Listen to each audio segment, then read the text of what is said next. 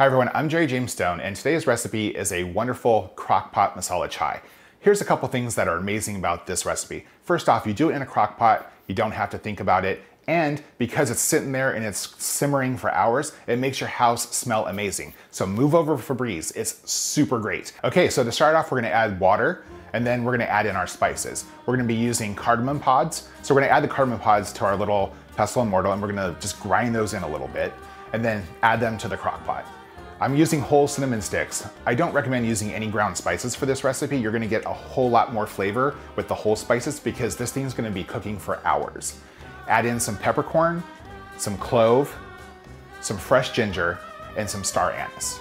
So go ahead and throw on the cover, and then you're just gonna let that go for about 8 hours at a very low setting. This is wonderful to do overnight or while you're at work. Either way, your house is gonna smell amazing. So after that's been simmering for about 8 hours in your crock pot, go ahead and strain out all those spices. Now, if you want to sweeten it, this is up to you. This is the perfect time to add in your sweetener. I suggest brown sugar. You go ahead and add that in. It'll dissolve and mix in quite nicely.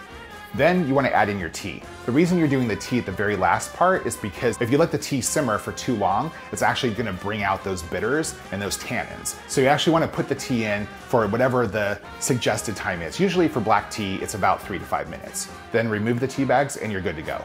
By the way, people say chai tea all the time, like if you're at a coffee shop. And the funny thing about that is the word chai actually means tea. So when you're saying chai tea, you're saying tea.